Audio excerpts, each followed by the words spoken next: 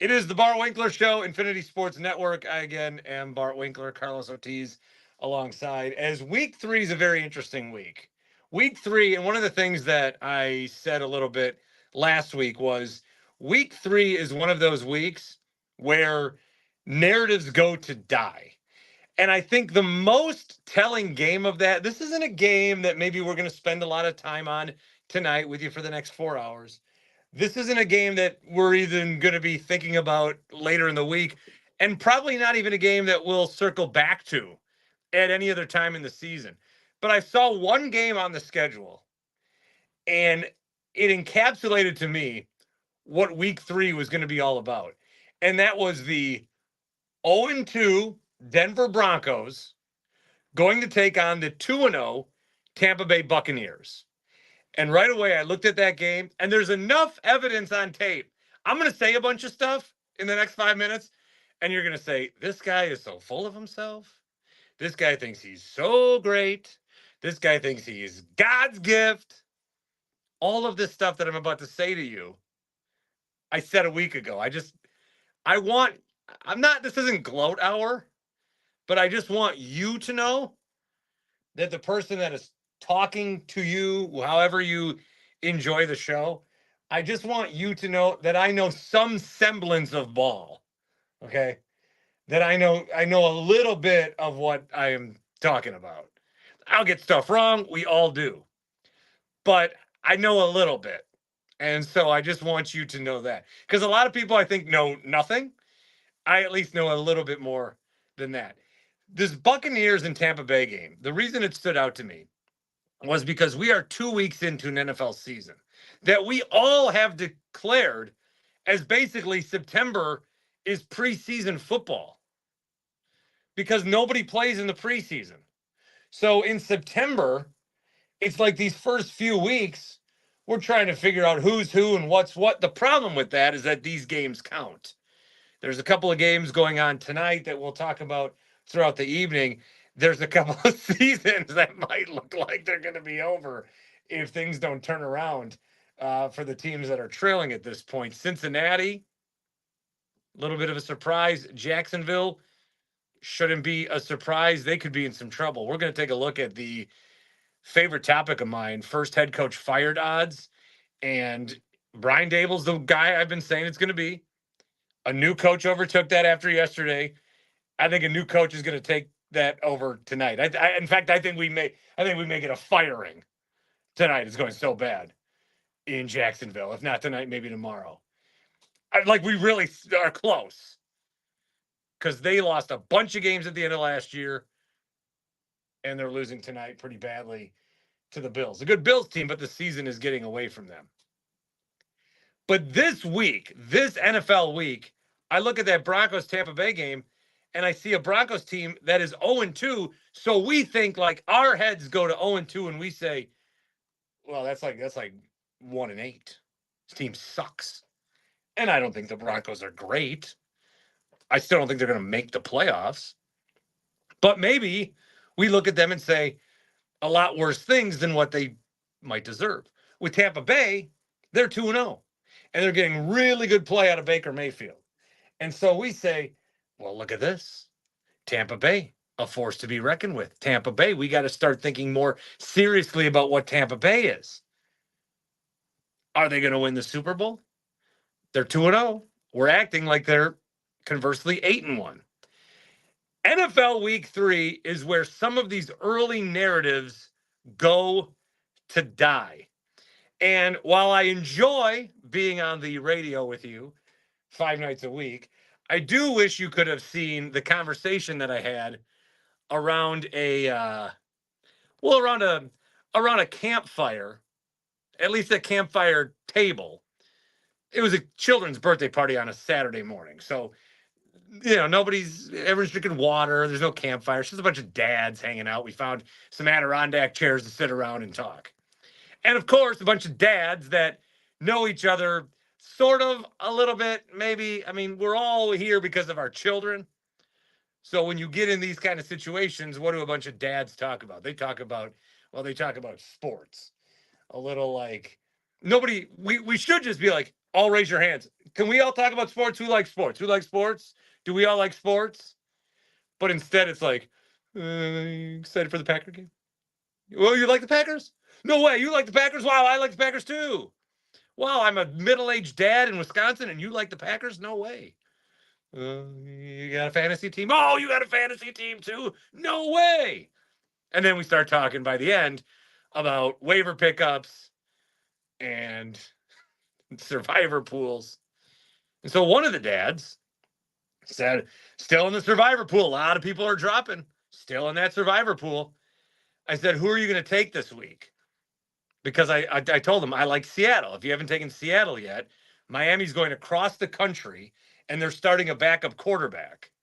And of all these games where it's like, are the favorites going to win? Can the underdogs pull through? That one seemed to me to be the most safe, like for the reasons I just said. And he says, I love the Tampa Bay Buccaneers. I said, I don't like that. I don't like that for you. I think, well, I don't, I'm not going to put my house on them losing, but I look at that game and I look at Carolina going into the Raiders. One of those teams is going to win, at least. So I would avoid, there's some games on the schedule that look so sure, not because of the team that's 2-0 or 1-1, but because we look at some of these teams that are 0-2 and we just think they are terrible. We just think the absolute worst of them, and we think there's no way that they can fathom to come up with a victory. I said, don't you do it. I said, Seattle's the play. Now, if I had been doing a Survivor League in real life this year, I would have gotten week 1 wrong and week 2 wrong. So I've never would have gotten to this point. I had some bad losses as well. But week 3 always seems to me to be one of these weeks where narratives go to die, especially when you get the 2-0 teams against the 0-2 teams. When that happens, you start to see some things that you don't expect to see. You start to look at the scores and be like, I can't believe the Broncos are beating the Buccaneers.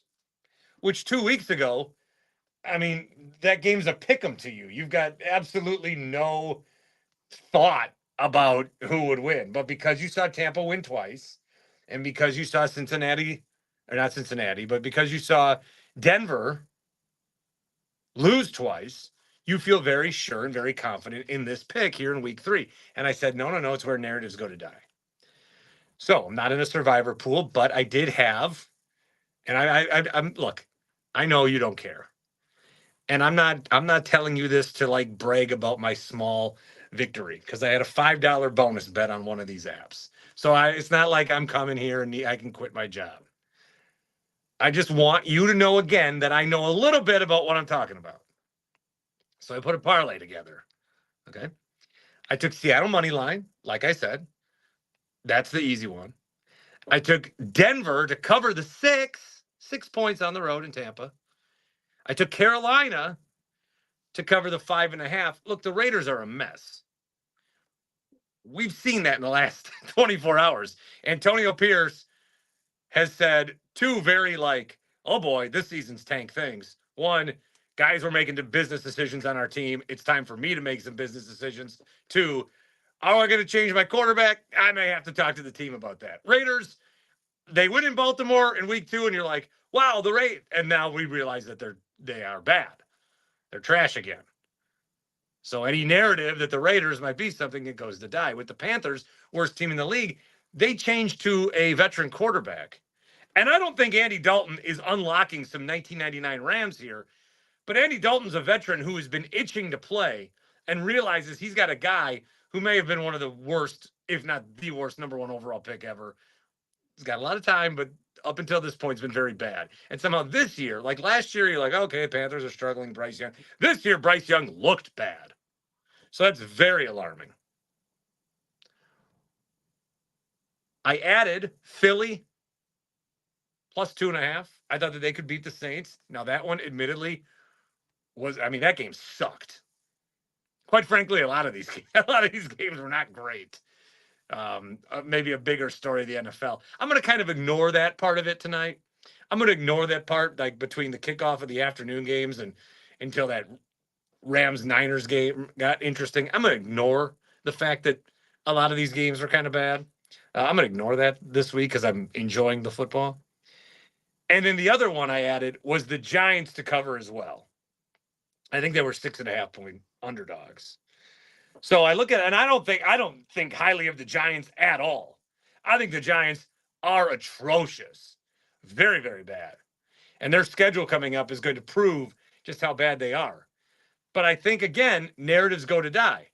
So an 0-2 team against a 2-0 team, the Eagles being terrible, the Saints being great, the Panthers being washed, the Raiders being okay, the Giants being horrendous, and the Browns maybe finding some magic with Deshaun Watson. Week 3 is where narratives go to die.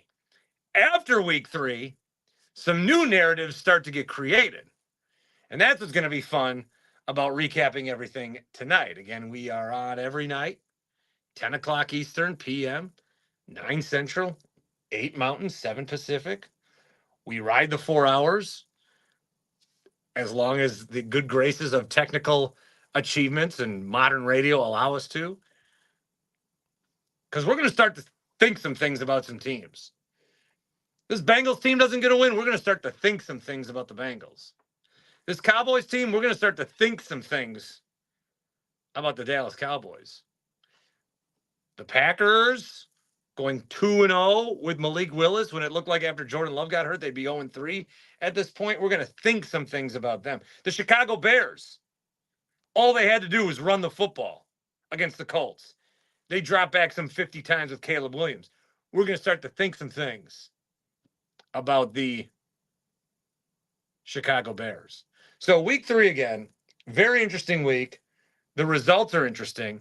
The games, not the greatest week that's ever played. They're not going to send this episode of Red Zone Channel to the Emmys. They'll find a better one with a little more action and a witching hour that proves its point. I almost actually was so bored with some of the football, I almost turned on the WNBA game, Caitlin Clark, which I'm very interested in. The Fever lost, but I didn't do it because I'm boycotting the WNBA playoffs for going against the NFL. They're so stupid to do that. So even if I had a little window to do it, I've been rooting for the WNBA. I'm boycotting their stupidity. They put a graphic out. It doesn't even have Caitlin Clark on it. What are you doing? Someone from all 18. Caitlin, I mean, come on. Stupid. Narratives in week 3 go to die. With the games tonight, I looked at the games tonight, and I thought, okay, Cincinnati should get a win. Now, this is a game we're going to follow throughout the rest of the evening. Washington's up 28-20 on Cincinnati. This could be very interesting because they came into this 0-2, as did the Ravens. Both teams in the AFC North that should not be 0-2 at all, but they both came in that way. Baltimore's going to Dallas. Cincinnati's at home against Washington. You're telling me Cincinnati might go 0-2 at home in the first few weeks, losing to New England and Washington? Washington's, I mean, they seem to unlock something tonight. But then the Jacksonville-Buffalo game. So as I talked to you about all these different games that I looked at and I thought, underdog. Oh, I love the underdog. I wanted to keep riding that with the Jacksonville Jaguars. But if you look at where Jacksonville is, and I think this is going to be one of the things we talk about quite a bit tonight. Jacksonville's coming into Buffalo, big underdog. The narrative of week 3 or the trend of week 3 would lead you to believe that Jacksonville could win this football game. But then I look at Jacksonville in week 2. And Jacksonville got spanked by the Cleveland Browns. Spanked may be too strong of a word, but if you lose to Cleveland at this point with Deshaun Watson, it ain't pretty. And then I think of 2 teams in the NFC East that are 1-2, but at least once this season, they've had a week where they felt really good about themselves. The Cowboys and the Giants, who are bad, and the Cowboys, who might be bad. But their only wins came against the Browns. And the Browns beat Jacksonville. So if 2 teams who might be bad beat a team convincingly, and if that team then beat another team, Jacksonville's got to be toast. And I think Jacksonville is about to be toast. This was a team that should have won the AFC South a year ago and then choked it away in the final few weeks. Last year, Jacksonville lost 5 of their last 6. The only win they got was over that bad Carolina team. Now they're starting 2024, about to go 0-3, losing to Buffalo. So they're going to have lost 8 of their last 9. I don't know how many losses Doug Peterson, because you have to like attach that to that. You've got Houston coming up this weekend. You got the Colts, the Bears, New England before you go overseas. Maybe they don't want to make a change before they spend 2 weeks in England or Europe. But I don't put it outside of the realm of possibility that Doug Peterson might get fired this week. It's bad. And if Carolina thinks they're a contending team enough to bench their number 1 pick from a year ago and Bryce Young, then Jacksonville might be stupid enough to think they're contenders too and go ahead and fire Doug Peterson this week as the Jags currently trail the Bills 40-10. It is Monday night. It is week 3 wrapping up. We'll dive right into week 4 as this week goes on, but so much to talk about. Each game we'll give a little love to. You guys are always welcome to share your thoughts, 855-212-4227. We are here on the Audacy app. We are on SiriusXM Channel 158. We are on stations far and wide. If you hear me right now, come back here tomorrow. We will be here. Along with Carlos Ortiz, I am Bart Winkler. Much more coming up, including who has overtaken Brian Daboll, maybe the dumbest coach in the league, as the front runner to be the first head coach fired in 2024. I shouldn't get so like excited about this topic. It's somebody losing their job, but first coach fired is one of the things I am the most interested in here in 2024. I am a sick man. It is the Bart Winkler Show on the Infinity Sports Network.